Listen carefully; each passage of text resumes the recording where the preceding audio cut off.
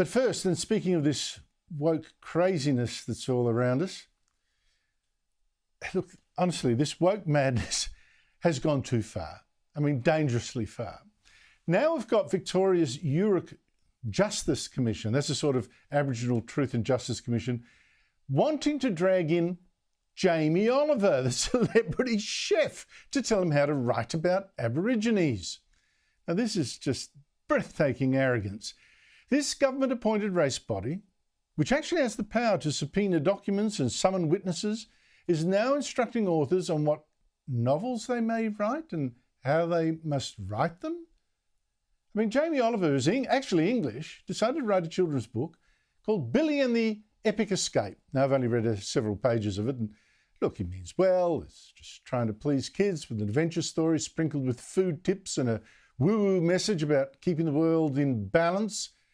But I've got to say, it's a plodding read. It's not really J.K. Rowling or Tolkien or Robert Louis Stevenson. But that's not why Oliver and his publishers have, 6 months after the book was published, suddenly removed it from sale, saying, "Oh, sorry. Now, that's because some Aboriginal activists have now taken offence.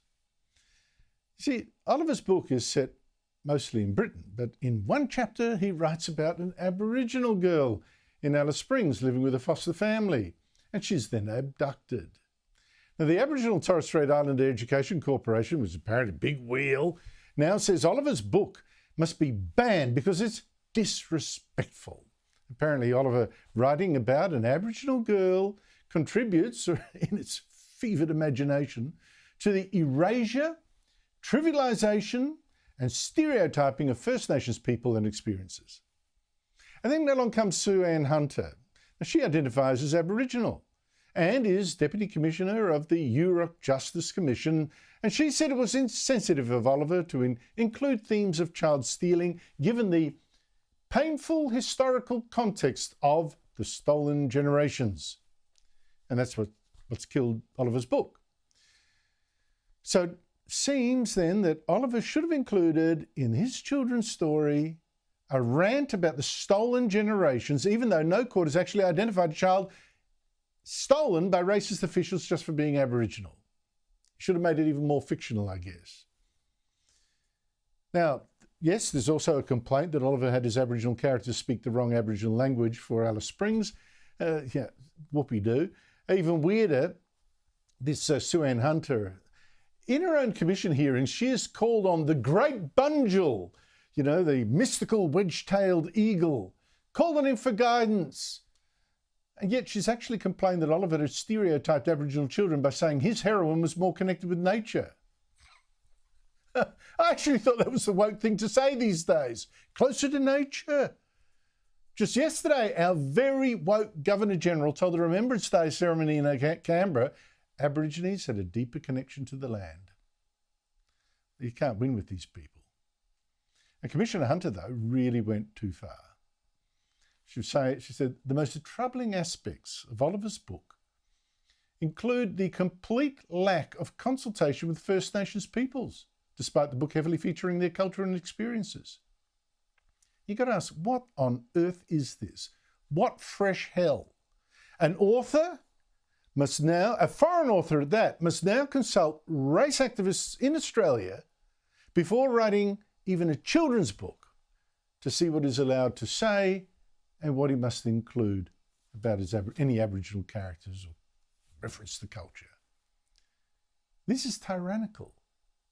Yet to his shame, Jamie Oliver caved. He pulled his book from sale and apologised for not writing more about the so-called stolen generation, saying, "I'm devastated to have caused offence and apologise wholeheartedly. It was never my intention to misinterpret this deeply painful issue." But that still wasn't crawling enough to please the Yoorrook Justice Commission. It's now asked Oliver to come before it as part of a learning and healing process. To learn more about Aborigines, in fact, in reality, be told what he must believe and write. Now, I would have thought this imposition on an author's freedom would cause a stink in the literary world. But, Shouldn't an author be free to dream and to write and to leave it to readers themselves to decide if the result speaks to them, if it's carried it off? But the woke rot has gone so far, even in the Australian newspaper today. I read this astonishing defence of banning Oliver's book, of making authors get permission from race activists. Literary editor Caroline Overington writes, "It's pretty much accepted in Australia these days that no book can be written about Indigenous Australians without Indigenous input." I'm thinking, really?